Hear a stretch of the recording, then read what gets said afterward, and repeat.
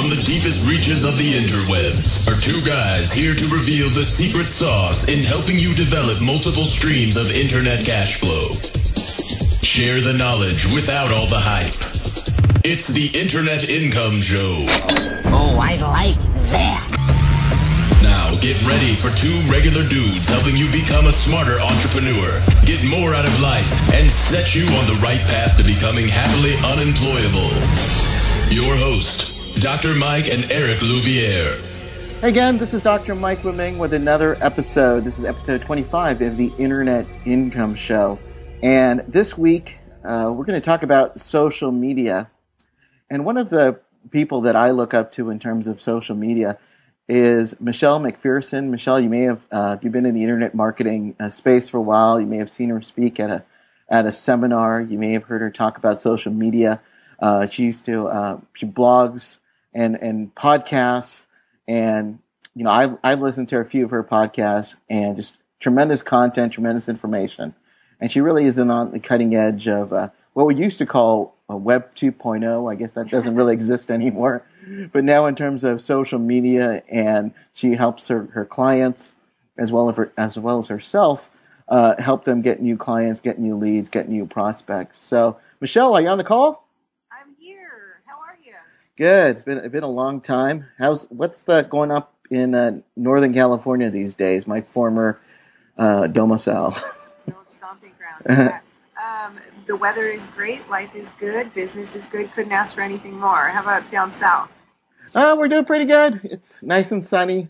I still miss going up to San Francisco and getting some good Ghirardelli chocolate and good Fisherman's Wharf seafood. But other than that, we live by on fish tacos here in San Diego, so not too bad. Perfect. So I wanted to talk with you about social media and just kind of get viewers up to speed about what's going on. I know you've been working with clients. I work with clients as well in terms of helping them get their social media. And there are a number of people on the call who may be getting started in local marketing, may have been involved in that either for their own business or maybe they help other clients do that. And it gets a lot confusing. And there's a lot of ways that you can go to. And, I'll give you an example of a client I recently had. I work with mostly healthcare professionals, doctors and dentists, plastic surgeons, those kind of things. And they know that they need to be on social media, but they don't know how to do it. But because, let's say, their competitor across the street has got a Facebook page, and they were in Facebook, and recently I've heard them say, you know what, I don't get anything out of Facebook anymore. It's just a waste of time. What would you just say to someone like that who may be frustrated about social media and may be doing it all wrong? Okay, so I was just having this conversation like 2 days ago. I started at a gym. Right? And they're a new place in town, really great facility, really good stuff going on. And actually my husband said, you guys should do an Instagram account. And the first thing they said was, yeah, one of the trainer's girlfriend's good with that stuff, so we might have her look into it. And then I started pulling my hair out because we live in a world where everybody has some exposure to social media, whether it's a Facebook account or a Twitter, most people know what this stuff is. And so there's less barrier to entry in terms of people thinking that they then know what to do with it for business purposes. Having the ability to create a Facebook page doesn't mean that you know the best way to approach it to get customers or to gain the interest of your current subscribers and that kind of thing. But then the other thing that I thought of in this conversation that I did not say to them because it would be super rude was like, I don't walk into your gym and tell you that like, gosh, squats are on the board to do today, but those haven't really worked for me in the past. So when people come to me and they're like, yeah, Pinterest, okay, but I opened an account and nothing happened, so I don't think I want to go that route. I'm like, well, you're not the Pinterest expert. So there's a lot of stuff you can do to make this stuff work and work for you and work easily and all that. And unfortunately, a lot of people, they do things like that. They open up an account, they put up a few pictures or posts or whatever it is, and then they're like, nothing really happened. Well, nothing should happen because that isn't an active account. You following? I am. Okay. Sorry for my rant, but it was literally a conversation I had like yesterday, and I was like, What do you say to them? You know, they and you. I'm sure you've seen this all the time, and I've seen it as well. They put a few pictures on there. They get really frustrated, and then they focus on the wrong thing in terms of, this isn't working. What are some maybe indicators that they should be looking at? Let's just take Facebook. Should it be likes? Should it be friends? Should it be, what should they be looking at to make sure this is successful social media campaign? Well, I think that likes and comments and just those general engagement factors are really important. But if you are a local business, you also need to be at your front desk telling people, hey, join us on Facebook, and maybe even giving them a reason why. And then once they get there, then being responsive and engaged with that group of people who did take the time to reach out to you and who do want to be a part of your world, then, it is now your responsibility to, I don't want to say entertain, because this isn't like a dog and pony show, but, to make it worth their while to follow what you're putting up there. So we see a lot of times one of the big problems that small businesses do is that they are talking about themselves all the time.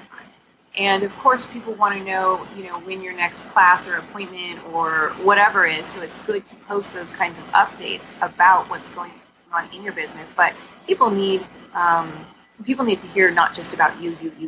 And I mean, that's pretty standard across all the platforms. And also just kind of like good manners in social conversation. So it applies to social media too in that way. What are some examples that you could give? Maybe either a campaign that seems to be working, just so they can get some, solid examples for like someone that you may have done for a business or for other clients. Okay, so we've got one of the businesses that works with us. They do it's in the dog niche, and so we took over their Facebook and their Pinterest, and so instead of just saying, here is this great article on our website that you should read about training your dog or healthy eating for your dog, of course we're going to post the cute pictures of the dogs and puppies and, tips right on the Facebook page. Not everything should be a link through to your site, that kind of stuff, so that people can get some value. People can click the like button on cute stuff. People can engage in funny things like that, as opposed to just, here's an article I wrote, here's an article I wrote, here's an article I wrote. Because although those articles themselves may provide value, you just, again, talking about me over and over is not helpful and not successful in the long run. People will play the game for a little bit, but then they start dropping off. And then Facebook knows it, Facebook shows it to less people, on and on and on, and pretty soon you've got a page with 100,000 likes and like 20 people are seeing your posts, and that's no good.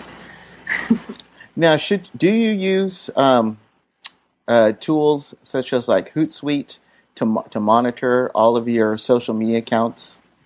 We use Buffer. Tell me about that. So Buffer is it's a tool that's happening. Sorry, my screensaver keeps popping on. Anyway, okay. So Buffer is a tool similar to Hootsuite in that it'll connect to all of your social networks. You can upload posts to it. It schedules those posts to go out to your social networks so that you can have a regular and steady stream of stuff without actually being tied to your computer or coming up with new material every 4 hours or however long you set your posting schedule.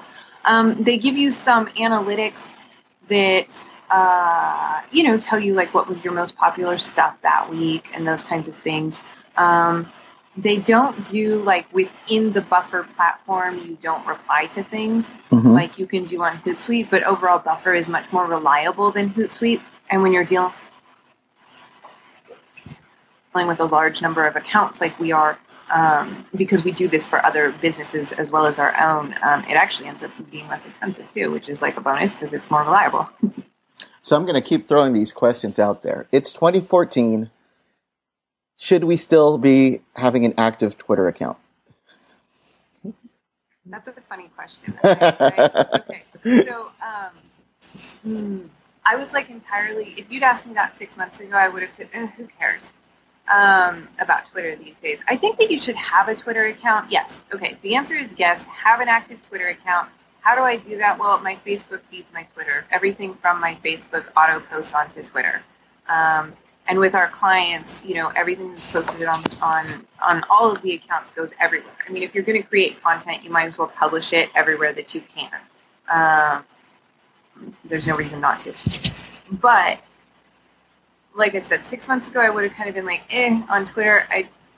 But I did an experiment, and I did one of those, I took all my old blog posts, went through them all, put them all in a spreadsheet, wrote tweets for all of them, uploaded them into Buffer so that they go out once per day. And now if you look at my Twitter, there's a post going out once per day that links back to an article on my blog with some kind of headline. In the meantime, if I post other things throughout my social networks that come out, come up in my mind day to day, those will go out as well. So it isn't only these that are being posted, but these are ensuring that I'm at least posting something to Twitter on a day-to-day basis. And so let me pull up my actual results on that, because I got a big old increase in traffic from Twitter when I had previously been getting like hardly any. So turns out when you post to it regularly, you can still get traffic from Twitter. So it's worthwhile. Let me see the numbers here. We had, it was like a 800% increase or something. It was enormous. It was crazy. Because now, 890% increase in traffic from Twitter. So before we were getting a very small amount, and then we were getting a lot more. So yeah, it's worthwhile. And they're not just robots. Oh no, they're real people. Yeah, they're signing up for my email list and doing all the things that you would hope that people do when they discover your content, or rediscover it. From like my Twitter followers who maybe engaged with me 2 years ago and notice one of my tweets now and come back to it. So it is there. I don't think that it is the network like it was maybe 5 or 6 years ago.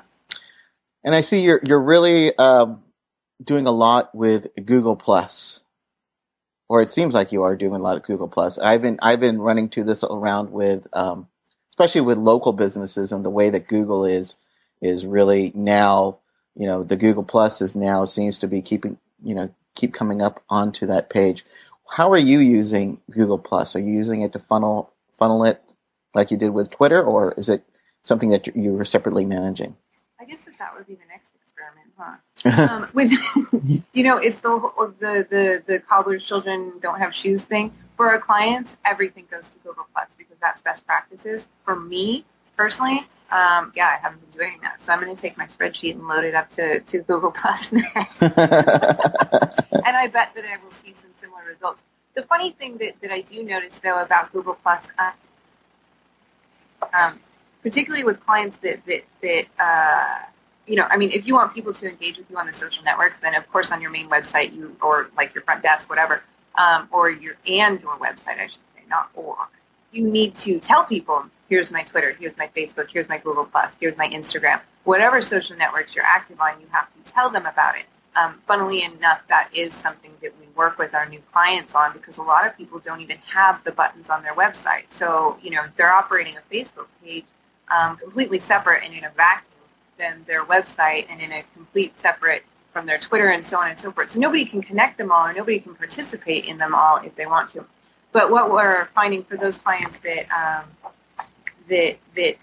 do have those buttons on their websites, they are connecting things, and so there are people who come to their site, do follow them on Google Plus, Facebook, whatever, and they start to build that audience that is interested and engaged in them. When we post to Google Plus for those people, we actually tend to see a higher engagement than we do definitely on Twitter, definitely on LinkedIn, and sometimes even a higher engagement than we do on Facebook. I think that is because, for the most part, Google Plus is a quieter social network at this point in time. So those people who do engage and follow on Google Plus are looking at it, and there isn't as much noise to cloud out what our clients are saying. So it is a social network that can actually be more engaging than the other ones when you actively promote it. Does that make sense? I do, and I've seen the same thing with Google Plus. I've seen communities being built now. Facebook, as my 16-year-old son would say now, Dad, we're not on Facebook anymore because you all just follow us now. So we started our own, Yeah. our own social media on there. But in terms of what you're saying, in terms of Google Plus, I'm seeing more communities being built. And maybe that is something that we should be spending more emphasis to, at least for me, because I was one of those resistant marketers who, not another one. I already got burnt by that. What was the one before Google Plus? The one that came before then. Oh, I don't remember the name. I know what you're talking about. Yeah. Yeah. Mm-hmm. But then we just they just closed it. Yeah. And but now more and more people are starting to get engaged. What are some if you could say like the three things that you see people do, because you have people who become your clients and they just do everything wrong. What are the three things that you see them that they're doing that your company helps turn things around for them? But the problems again and again that you just seem to be doing, and you see them over and over again. Okay, so can I ask you a quick question? Sure. Okay, so if your son is off Facebook, where is he gone? Is he gone to like Instagram? He's on to Instagram. He does still post on Facebook. Yeah. And some of the other, I can't even remember some of the others. Instagram is definitely coming up for that age group. It's all mobile now. They're all on their phone. They're all on their iPhones or Androids. And, they don't want their grandpa following them on Facebook. Yeah, I put nice things on Facebook, like things that I literally don't want my grandpa to see on Instagram. And I'm 34, so. But yeah, so if anyone listening has I guess a younger demographic that they're reaching, it doesn't have to be as young as, like my son is 12. It doesn't have to be that young, but a younger-ish. Instagram is a place to look for sure. Okay, so to your question now. Three things that people are kind of messing up and that hopefully we try to help them with.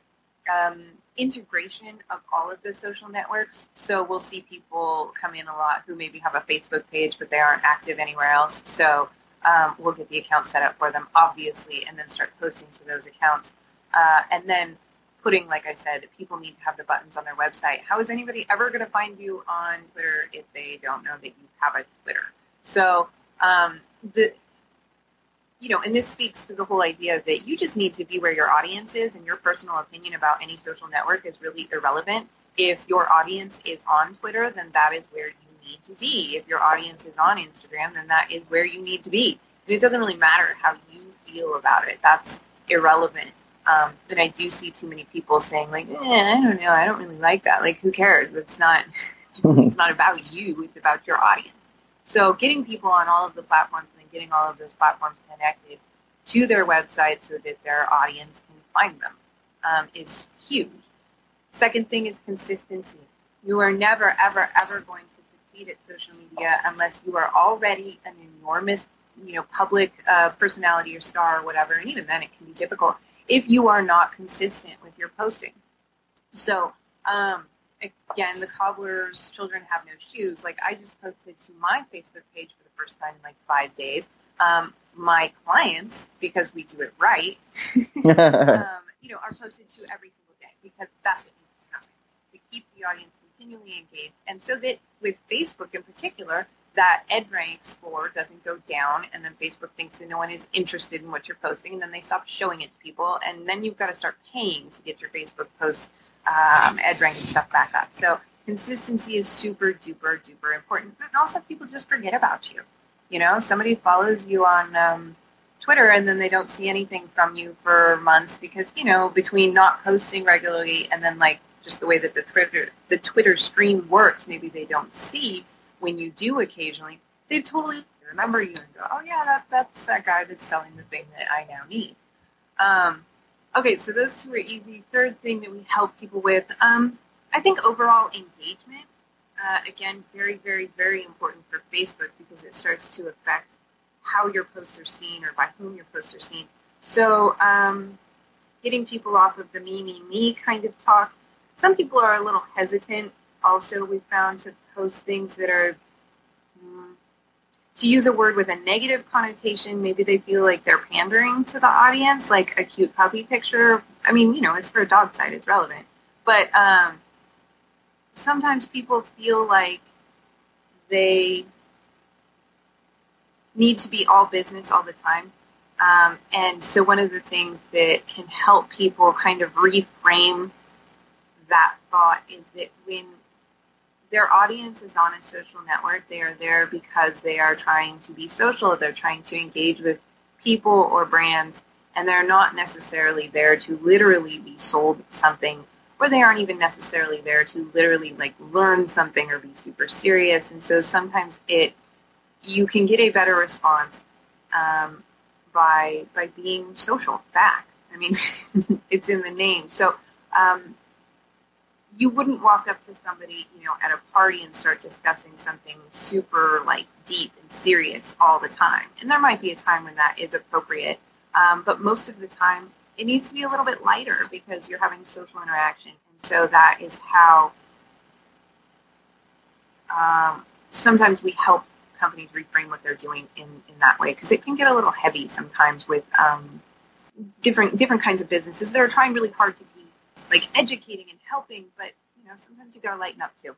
Yeah, and I see that too with some clients that we've had. If you're like a dentist on social media, like I don't need to tell you don't need to spam me 3 times a week about coming in for a dentist appointment on there. There's nothing to be engaged. It's just like, why would you want to do that? But if you can, what I recommend is to look up other dentists in other areas and see what are they doing to get their patients engaged. Maybe they're talking about healthy recipes or something like that, or celebrities with who maybe need dental work, and people can comment on that. But just things that will get them engaged. They don't want to be just marketed to. And along your point with the different, even if you aren't on those social media platforms, some wine person once told me, if you want more business, you got to go where they're at. So if they're on Facebook, if they're on Twitter, if they're on Google Plus, if they're on Yelp, you got to find out where they're going to. So, Michelle, great information. Where can people go to get more information about you and your services? I know you're always busy, and you're busy with your clients on there. But if you're taking more customers or clients, where can they go to find out more information? Socialmediadaily.com is where they can find out about the services in particular, if they're interested in having this kind of work done for them. And if they're interested in learning more about social media or how to do things themselves, then they can visit my blog, which is MichelleMacPhearson.com. Okay, so that's socialmediadaily.com and MichelleMacPhearson.com. I invite you guys to do it. Social media is great, but you can have an expert actually go out there and have her actually, and her team actually have her do all that. So, Michelle, thanks again. Say hi to everybody in Northern California. Hope you guys have a nice summer, and we'll do this again. All right, thanks, Dr. Mike. Have a good one. All right, thanks everybody, and as always, keep moving forward. You just listened to the Internet Income Show with Dr. Mike and Eric. Now, get to work.